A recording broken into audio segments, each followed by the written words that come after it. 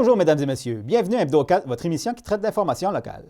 Voici le contenu de cette édition du 8 mars.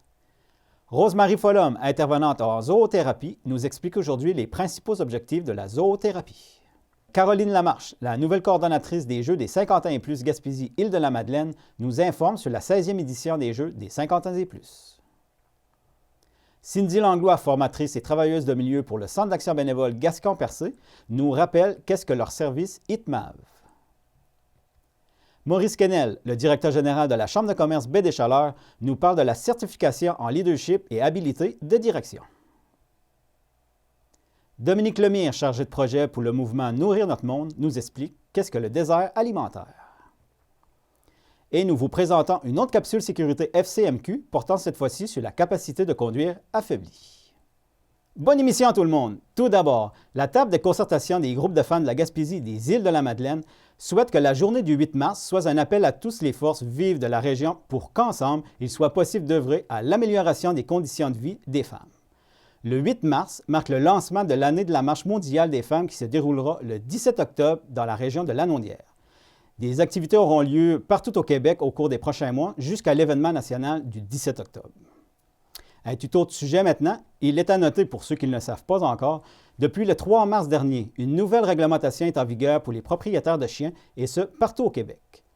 Adoptée par le gouvernement du Québec, cette nouvelle loi vise à valoriser la protection des personnes par un encadrement strict, et ce, non seulement pour les chiens potentiellement dangereux, mais également pour tous les chiens du Québec, et ce, afin d'assurer la protection du public.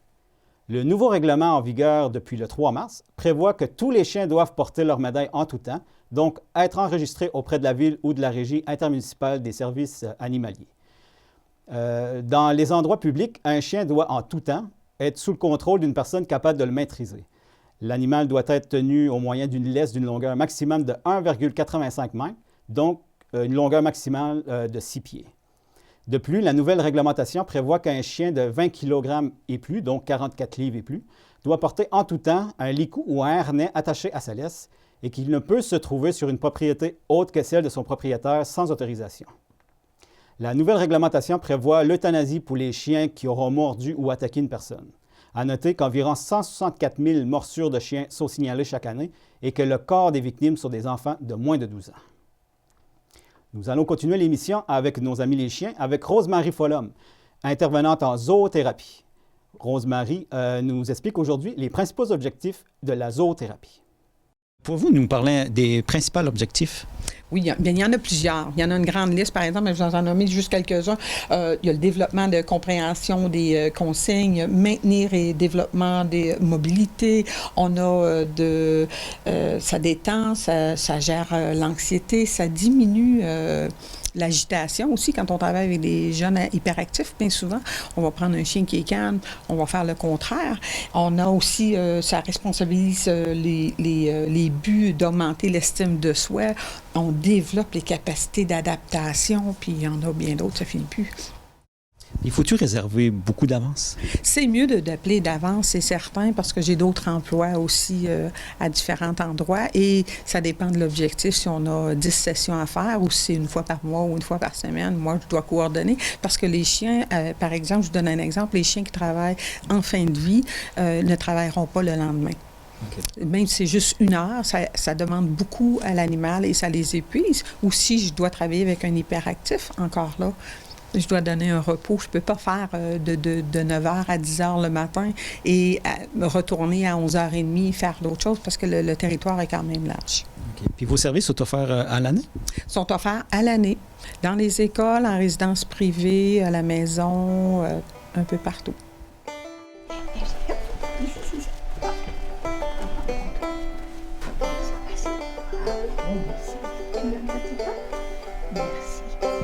Monsieur Albert au pied? Au pied Albert. Monsieur Albert. Merci Albert. Bravo. Terminé. Oui, vas-y. Monsieur Albert. Couche. Bravo Albert, bravo. Couche. Bonjour, couche. Les gens intéressés à avoir d'informations ou de bénéficier de vos services, ils vous rejoignent comment? Par téléphone au 88 392 98 06, c'est à Bonaventure, ou par courriel à zoothérapie gaspésie@gmail.com. Nous avons rencontré pour vous Caroline Lamarche, la nouvelle coordonnatrice des Jeux des 50 ans et plus Gaspésie-Île-de-la-Madeleine. Caroline nous informe sur la 16e édition des Jeux des 50 ans et plus. Pouvez-vous nous expliquer, c'est quoi en gros les Jeux des 50 ans et plus? En fait, là, les Jeux des 50 ans et plus, c'est un rassemblement sportif et culturel qui est régional. Puis en fait, ça contribue là, à améliorer la qualité de vie des aînés. Ça promouvoit aussi là, l'activité physique. Ça fait sortir les aînés un petit peu là, de l'isolement, puis ça crée là, de belles rencontres entre eux. En fait, là, moi, je compare ça un peu aux Jeux olympiques gaspésiens pour les 50 ans et plus. Donc, c'est un peu là, une activité qui clôture là, leurs activités qu'ils ont eues toute l'année dans les clubs des 50 ans et plus. Puis, en fait, là, c'est un événement qui est annuel. Donc, il y a ça là, une fois par année. Ça dure 4 jours. Cette année, c'est dans le secteur de l'Estran. Donc, on essaie là, à chaque année de changer de municipalité, de changer de MRC, en fait, là, pour que ça soit un petit peu plus accessible là, à tous. Puis, cette année, c'est dans le secteur de l'Estran. Ça va être du 18 au 21 juin 2020. Okay. C'est quoi les principales activités qu'on y retrouve? Cette année, on a beaucoup d'activités là, dans notre programmation. En fait, on a 21 activités qui sont en compétition. Là, je ne les nommerai pas tous, mais on a entre autres là, le baseball push, on a le 4 de pique, on a la pétanque intérieure, extérieure, on a des quilles, du vélo, de la course, de la marche et j'en passe. Puis on a aussi là, des activités de découverte et d'initiation. Là, cette année, c'est une nouvelle activité là, d'initiation. Ça s'appelle le pickleball. C'est de ce que j'en ai compris, là, c'est un petit peu un mélange entre le tennis, le badminton et le ping-pong. Donc, pour ceux qui vont participer au tennis, là, peut-être qu'ils vont être intéressés aussi par cette activité d'initiation-là. Puis ensuite, on a aussi un parcours santé là, qui est un peu un rallye recherche là, dans le secteur de l'Estran, puis une visite guidée également. Puis on a 4 activités culturelles. Dans le fond, on a notre cérémonie d'ouverture qui est le jeudi. On a une soirée là, culturelle le vendredi. Et on a notre fameux banquet des Jeux avec une soirée dansante qui est le samedi. Et le dimanche, on a un brunch ainsi qu'une messe là, pour faire la clôture des Jeux. Okay. Les gens qui sont intéressés à y participer, faut-il qu'ils s'inscrivent d'avant? En fait, oui, là, on invite déjà les gens à s'inscrire. La date limite de l'inscription, c'est le 8 mai. Puis, les gens qui s'inscrivent là, avant le 3 avril, ils vont courir la chance de gagner un laissez-passer pour 2 personnes au village en chanson, donc pour la première fin de semaine, ainsi qu'un certificat cadeau qui va être échangeable contre des billets de spectacle de la programmation estivale du Théâtre de la Vieille Forge. Puis aussi, pour inciter les gens là, à faire leur inscription en ligne, on offre aussi un concours. Donc, les gens qui vont s'inscrire en ligne vont courir la chance de gagner un certificat cadeau chez Accent Meubles. Et également, les gens, quand ils complètent leurs inscriptions, s'ils ont des questions là, par rapport à l'hébergement, on a mis sur le site Internet là, une liste complète de l'hébergement qui est disponible. Et il y a aussi le Centre d'action bénévole du secteur de l'Estran qui offre leurs services, dans le fond, pour mettre en contact les gens qui cherchent de l'hébergement et ceux qui en offrent. Donc, les gens peuvent appeler directement là-bas au 88 393 26 89. Ça, c'est pour les gens de toute la Gaspésie des Îles-de-la-Madeleine? Oui, en fait, c'est la principale caractéristique, là, c'est qu'on doit être âgé de 50 ans et plus. On invite là, tous les gens de la région de la Gaspésie ainsi que des îles de la Madeleine. Mais c'est encore plus grand que ça. Des fois, les gens vont recevoir de la visite là, de l'extérieur de la région. Si les gens viennent en visite dans ces dates-là, ils sont également invités là, au jeu. Puis, on a également souvent des participants aussi qui viennent du Nouveau-Brunswick. Donc, nous visiter là, pour les Jeux. Donc, la principale caractéristique, c'est d'avoir 50 ans et plus, en fait. OK. Puis les gens s'inscrivent en ligne ou ils communiquent directement ici avec vous? Oui, en fait, les modes pour l'inscription, les gens peuvent aller se procurer un dépliant directement là, dans leur club des 50 ans et plus. Sinon, on a aussi un formulaire là, en ligne c'est une version imprimable en fait du dépliant. Donc, les gens peuvent aller de cette façon-là, le remplir et nous l'envoyer par la poste. Ou sinon, on peut aussi faire notre inscription directement en ligne. Donc, compléter toute l'inscription, le paiement et tout en ligne à urlsgim.com. OK. Les Jeux des 50 ans et plus, ça existe depuis quand? En fait, cette année, c'est la 16e édition. Donc, les Jeux, ça a débuté en 2004 et la première municipalité à les avoir reçus, c'est Caplan. Puis il y a une bonne participation jusqu'à date. Oui, bien, les participants, là, en fait, d'une année à l'autre, là, ça varie, je vous dirais, entre 700 et 1200 là, participants par année. Donc, cette année, nous, on espère recevoir plus de 1000 participants dans le secteur de l'Estran. J'aimerais, en terminant, là, aussi parler d'un de nos moyens de financement principal là, pour les Jeux qui revient chaque année, c'est le tirage d'un véhicule. Donc, cette année, le véhicule qui est attiré, c'est une Kia Rio 2020. En fait, les gens peuvent se procurer là, leur billet au coût de 6 $ pour nous encourager là, dans notre événement. Puis ce qui est intéressant, c'est que les clubs des 50 ans et plus ont des billets à vendre également. Et quand c'est les clubs qui vendent les billets, il y a 2 $ par billet vendu qui leur revient. Donc, c'est un bon moyen de financement pour les clubs et pour nous également. Donc, on invite les gens à se procurer leurs billets, à faire leur inscription. Puis, on a hâte de vous voir là, dans le secteur de l'Estran du 18 au 21 juin. Cindy Langlois, formatrice et travailleuse de milieu pour le Centre d'action bénévole Gascon-Percé, nous rappelle qu'est-ce que leur service ITMAV. Bonjour Cindy. Bonjour. Pouvez-vous nous rappeler c'est quoi le service ITMAV? C'est de l'initiative travailleuse de milieu pour les aînés vulnérables. Vulnérable veut dire pas dans la misère, veut juste dire isolé, seul, plus d'amis, plus moins de famille. C'est ça plus le côté vulnérable de la chose. Okay. Puis, pouvez-vous nous expliquer, en gros, c'est quoi le service au juste? Le service est simple. Vous savez, des fois, il y a des matins qu'on se lève, puis il me semble qu'on a la tête là, grosse, qu'on a 1000 choses à faire ou 1000 problèmes à résoudre dans la journée. Bien, les aînés aussi qui ont ça encore, c'est pas parce qu'ils travaillent plus qu'ils ont plus leurs problèmes, qu'ils ont plus leurs soucis.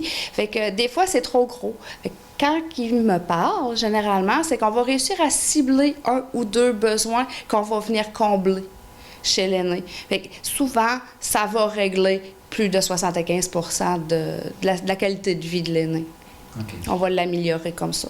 Avez-vous des exemples que vous pouvez nous donner? Ben, présentement, j'ai une dame avec qui je vais travailler avec l'organisme Espoir Câlin de Grande-Rivière, c'est un refuge pour les chats. On le dit, les animaux apportent beaucoup à l'humain.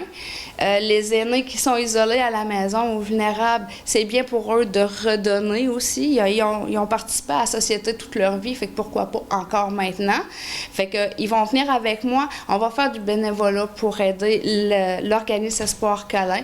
Eux autres, ça va leur permettre de socialiser avec d'autres aînés, puis en même temps, de donner de l'affection et d'en recevoir là, de nos petites bêtes à quatre pattes. Okay. Puis là, cette période hivernale, c'est sûr, c'est une période plus difficile aussi. Là. Bien, les gens sortent moins, même nous autres, là, à moins 24, là, ça ne nous tente pas trop. Fait qu'imaginez s'il y a un pouce de glace là, avec 3-4 cm de neige là-dessus. Là. Pas sûr que je vais sortir avec mes bottes. Je vais avoir peur de glisser pareil, puis c'est pas parce qu'on a 40 ans, 30 ans, 20 ans qu'on prend pas de débarque. Mais à 80, c'est qu'on a plus de difficultés à guérir. Nos os guérissent moins vite, donc ça demande plus de soins. Donc, les aînés, ils veulent plus sortir l'hiver à cause de la glace, à cause du froid. Ils sont plus préservés dans leur petite intimité, donc ça fait de l'isolement veut pas. Fait que, qu'est-ce qu'on fait quand on est tout seul? Bien, on rumine. On rumine. Fait que le problème, il vient énorme. Fait que Cindy, elle apparaît, on jase un petit peu, on prend un petit café, et hop, il n'y a plus de problème. Puis comment ça fonctionne? Faut que la demande est faite auprès du Centre d'action bénévole? On m'appelle directement ici au Centre d'action bénévole. Puis moins de 24 heures, là, il y a une réponse avec un rendez-vous dans les 48 heures, souvent. Je me déplace, je vais à domicile. Les gens peuvent venir me voir au centre, mais souvent, ils sont mieux à domicile, ils n'ont pas de transport. Je vais les rencontrer chez eux, dans leur environnement. Les gens sont plus à l'aise pour jaser dans leur environnement. OK. C'est-tu pour une certaine clientèle, y a-t-il une restriction d'âge? C'est pour... On parle de aînés. Bon, l'aîné, si on va selon la nomenclature, à 65 ans. Pas vrai. Maintenant, on ne peut pas dire qu'ils sont aînés à 65 ans, puis on ne peut pas le dire à 80 non plus. Parce que les gens sont jeunes de cœur, sont jeunes de tête. Donc, au moindre souci, là, on peut m'appeler. Puis moi, quand ça atteint 60 ans, là, on peut jaser. On peut jaser, s'asseoir, puis voir qu'est-ce qu'on peut faire. Il y a plein de ressources. Des fois, c'est juste une petite idée de juridique. Cindy, mes papiers, là, comment je vais m'arranger? Comment je m'organise pour faire mes papiers? Bien, je vais communiquer avec le centre de justice de proximité. En moins de 24 heures, on a un rendez-vous. Je suis capable de les accompagner, puis ils ont toutes les réponses qu'ils ont besoin. C'est beaucoup d'entraide entre organismes, puis de travail de société. C'est un travail de société.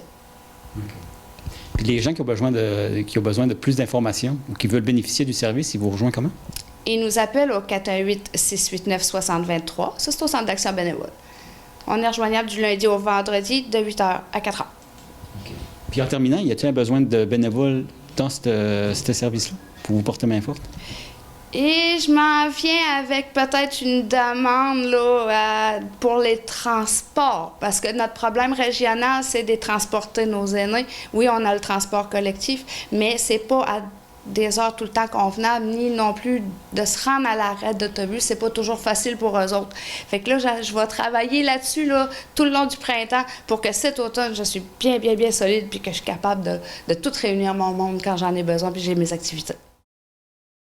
Plusieurs formations sont organisées chaque année par les chambres de commerce. Maurice Quesnel, le directeur général de la Chambre de commerce Baie des Chaleurs, nous parle de la certification en leadership et habileté de direction. Pouvez-vous nous parler de la formation de certification en leadership et habileté de direction? Oui, c'est une certification que moi j'avais prise en janvier-février à Montréal. Puis quand j'ai terminé cette formation-là, j'ai dit qu'il faut absolument que ça vienne en Gaspésie. Parce qu'aller faire cette formation-là à l'extérieur, à Montréal, c'est quand même assez dispendieux. Ça nous revient entre 8 et 9 000 faire la formation. C'est des formations de 6 jours. Alors, j'ai commencé à négocier avec l'Institut de leadership pour qu'il se déplace en Gaspésie. On en a donné une en novembre et décembre dernier. 2 fois 3 jours. Et on a eu 41 participants, ce qui est excellent. Ça en prenait 25. C'est une formation vraiment de haut niveau, que je dirais, là, puis les 41 personnes qui l'ont fait, la dernière, l'Institut a fait un sondage auprès d'eux et le taux de satisfaction était de 98,7, je crois. Alors, ça dit tout, là. C'est des formateurs qui viennent des HEC, de l'UQAM. Fait que c'est vraiment c'est des formateurs qui sont vraiment choisis là, pour vraiment un peu leur parcours particulier, mais vraiment ce qu'ils donnent aussi comme exemple et ce qu'ils ont fait depuis des années. Puis après ça, on a toujours un conférencier qui finit la journée. Puis c'est vraiment des conférenciers là, qui sortent de l'ordinaire. T'sais, on a eu Mme Danielle Sauvageau, qui était la coach de l'équipe olympique féminine canadienne, qui a gagné la médaille d'or. On a eu Pierre-Marc Johnson, ancien premier ministre. Dominique Gagnon, qui est un jeune cerveau assez exceptionnel, là, avec son entreprise Connect & Go.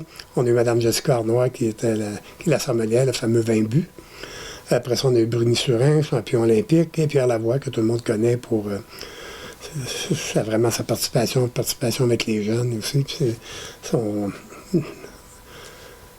son occupation avec la Lab École et tout ça, là, ces fameux cubes énergie, etc., etc.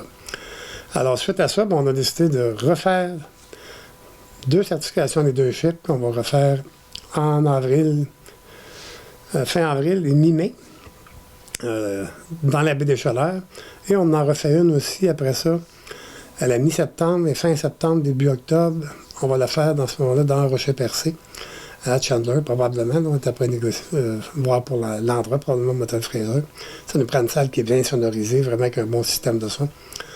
On va en refaire une deuxième neuf. Ça va être en collaboration avec la Chambre de commerce de Gaspé. Parce que la demande est là.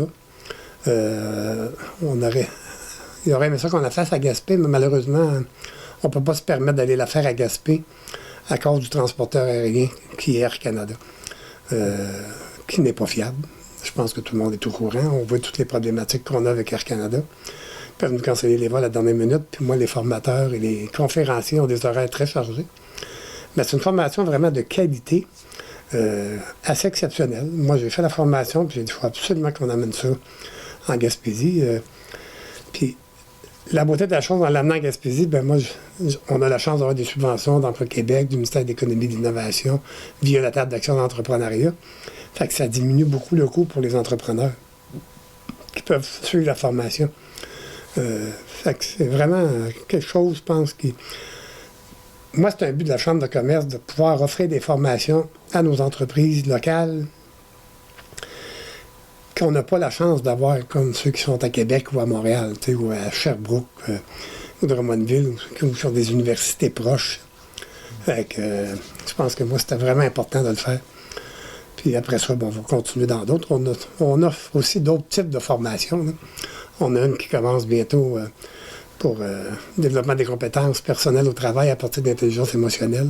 Ça, c'est des formations de 4 heures. Moins dispendieuses, mais c'est vraiment... c'est ouvert à tout le monde. Pas juste à nos membres, on l'ouvre vraiment à tout le monde. Mais c'est vraiment pour qu'on développe nos choses puis que ça nous aide en affaires aussi. Puis là, au mois de novembre, au mois de décembre, ça a vraiment été un succès. Y a-t-il encore de la place pour les prochaines qui s'en viennent? Oui, parce que là, on n'a même pas lancé encore des invitations. Là, j'attends juste ma confirmation du 2e financement. Mais sans l'avoir ouvert, j'ai déjà 33 noms sur une liste d'attente pour la première. Mais là-dessus, il y en a qui vont aller à Gaspé, probablement pas à Gaspé, mais à Chandler. On va lancer aussitôt que j'ai ma confirmation, mais la publicité va sortir. Fait qu'on a jusqu'à 42 personnes, fait que ça va être ouvert. Il va y avoir de la place, les premiers arrivés, premiers servis. Aussitôt que c'est des confirmations de financement officielles, on va sortir ça. Ça va être annoncé radio, Facebook, puis sur Facebook, puis c'est comme ça qu'on fonctionne, nous autres, beaucoup. Avec Radio CHNC, UFM et sur le Facebook de la Chambre de commerce. Puis naturellement, on envoie nos membres aussi. C'est de la façon qu'on fonctionne. Quand il est sujet de sécurité alimentaire, il est souvent sujet aussi de désert alimentaire.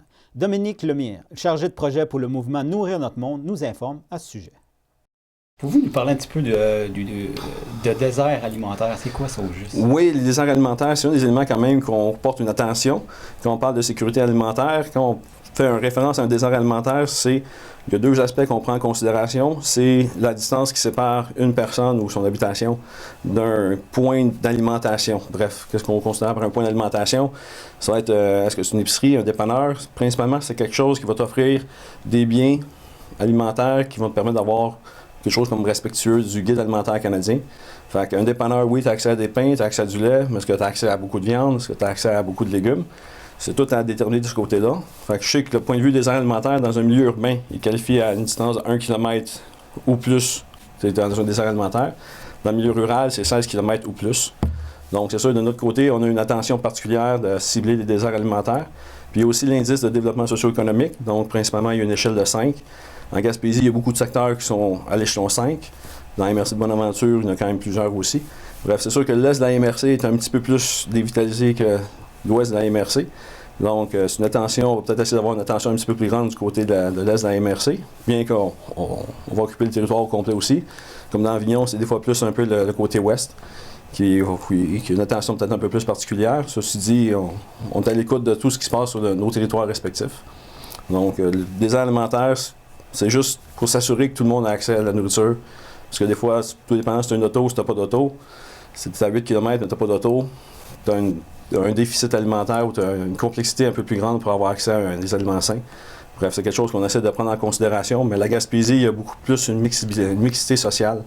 Ça fait en sorte que c'est plus comme des quartiers plus défavorisés. Des fois, tu peux avoir sur la même rang ou sur la même route des gens plus riches, des gens plus pauvres. Fait que ça à prendre en considération. On a un focus sur les déserts alimentaires, mais en même temps, on analyse un peu le cas par cas aussi. Là. OK. Puis les gens qui veulent avoir plus d'informations, ils vous rejoignent comment?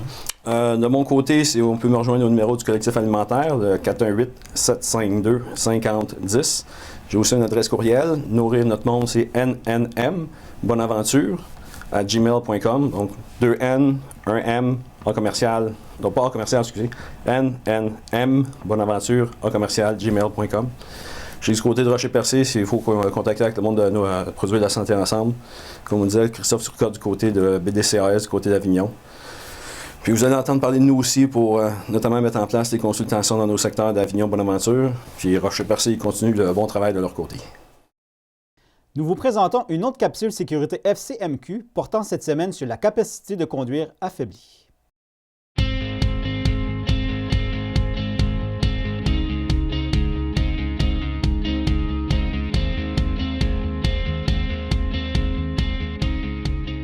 Une journée en motoneige, c'est épuisant et ça demande beaucoup de facultés, Michael Home. Oui, Bertrand, une journée en randonnée, il y a des obstacles, les trous, c'est très, très demandant physiquement. Psychologiquement aussi, le fait qu'on est obligé d'anticiper, calculer nos courbes, ces choses-là, ça vient nous chercher, ça use un petit peu. Et puis, le balayage visuel, on est toujours en train de faire un balayage visuel de où est-ce qu'on va, comment on va faire ça, ces choses-là. Ça fait que tout ça, avec le froid, fait que c'est très demandant. C'est vrai que le froid, là, ça nous rentre dans le corps lorsqu'on rentre à la chaleur. Et c'est pourquoi il y a des règlements, dont celui de l'alcoolémie. Il faut dire que c'est simple, la réglementation au niveau de l'alcool, c'est la même chose que pour la route. C'est exactement la même chose. Les règlements sur l'alcoolémie sont les mêmes en motoneige que sur la route. Effectivement, c'est les mesures de capacité de conduite affaiblie. Il y a la mesure aussi qui s'applique du plus de 80 mg par 100 ml de sang et l'alcoolémie zéro qui va aux conducteurs qui ont moins de 22 ans, donc le 21 ans est inclus dans l'alcoolémie zéro. À partir du moment où on a la capacité de conduite affaiblie, on ne devrait pas conduire. On n'est pas obligé d'avoir une limite supérieure à 80 mg pour 100 pour être accusé. Juste le fait d'avoir une capacité affaiblie, c'est une accusation également et c'est les mêmes sentences lorsque l'on est reconnu coupable à la fin du dossier. Bien, une personne peut consommer de l'alcool et sa capacité de conduire va être affaiblie. Donc, quand on va la suivre, conduite erratique, il peut avoir une difficulté d'élocution et des observations qu'on en fait. Et la personne n'aura pas nécessairement plus de 80 mg par 100 ml de sang dans son système, donc c'est une accusation également pour ça. L'idéal, ce serait de ne pas consommer lorsqu'on conduit une motoneige. Il faut aussi calculer nos déplacements, voire être en mesure de bien établir son trajet. Ce que je peux donner comme conseil, c'est à partir du moment où on se pose la question « est-ce que je suis en état de conduire ?» c'est déjà d'avoir une bonne partie de la réponse. Puis je vous suggère fortement à ce moment-là de ne pas conduire ni la motoneige, ni tout autre véhicule routier. Souvent, les gens vont prendre un verre, vont se dire « ah, je suis correct ». C'est juste le temps qui va faire en sorte que l'alcool va disparaître carrément de notre organisme. Et ça, bien, il faut faire attention parce qu'il y a quand même passablement de contrôle sur les sentiers. Oui, Bertrand, la Sûreté du Québec est extrêmement présente dans nos sentiers. Et finalement, l'alcool de la motoneige, ça fonctionne pas bien. Donc, zéro alcool lorsqu'on prend le guidon d'une motoneige. C'est la meilleure façon de circuler en toute sécurité.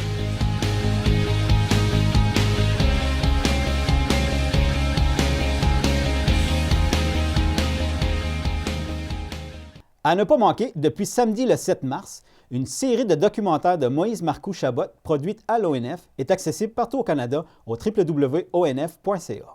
C'est une série de 6 épisodes de 30 minutes filmés en Gaspésie, portant sur le développement régional et les enjeux environnementaux. En terminant, n'hésitez pas à consulter notre programmation de la semaine. Vous pouvez la consulter sur notre babillard ou directement sur notre site Internet. Et voici ce dont vous aurez le plaisir d'écouter, entre autres, cette semaine.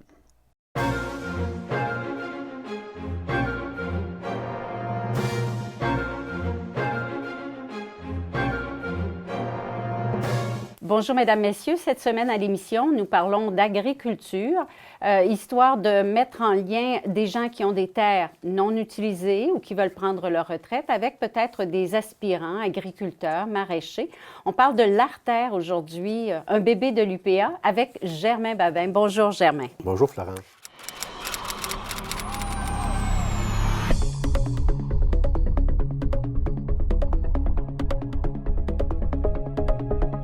Cette semaine à l'émission, Pascal Alain, qui était au Salon du Livre de Bonaventure en novembre dernier, nous parle de sa toute dernière parution, La baie des Chaleurs, les savoureux accents de la mer.